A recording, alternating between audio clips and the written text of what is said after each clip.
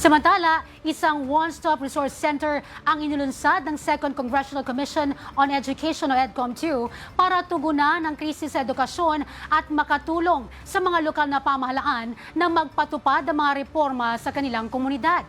Narito ang report.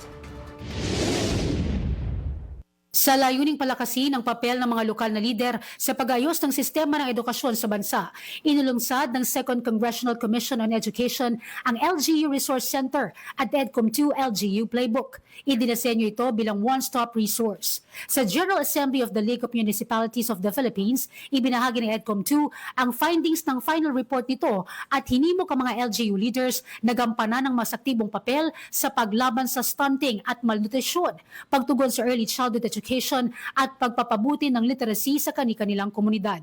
Ang LGU Resource Center ay naglalaman ng datos, training opportunities at legislative tools na makakatulong sa mga lokal na pamahalaan na magpatupad ng epektibong reforma. Sentro ng inisyatibang ito ang LGU Playbook.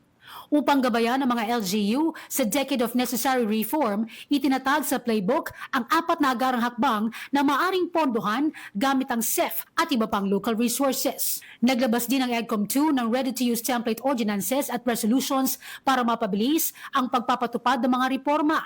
Maaring i-customize ng mga lokal na opisyal ito para sa mga pulisiya tulad ng pagtatatag ng City o Municipal Education Office, pagpapalawak ng local school board at institutionalization ng mga early childhood at feeding programs. Kasabay ng playbook, inilunsad din ng EDCOM Dashboard, isang interactive platform na nagko-consolidate ng datos sa early childhood education, literacy at nutrisyon sa antas ng lungsod o munisipalidad. Para sa totoong balita sa Bagong Pilipinas, Zai Chua, 13 sa tanghali, Congress TV.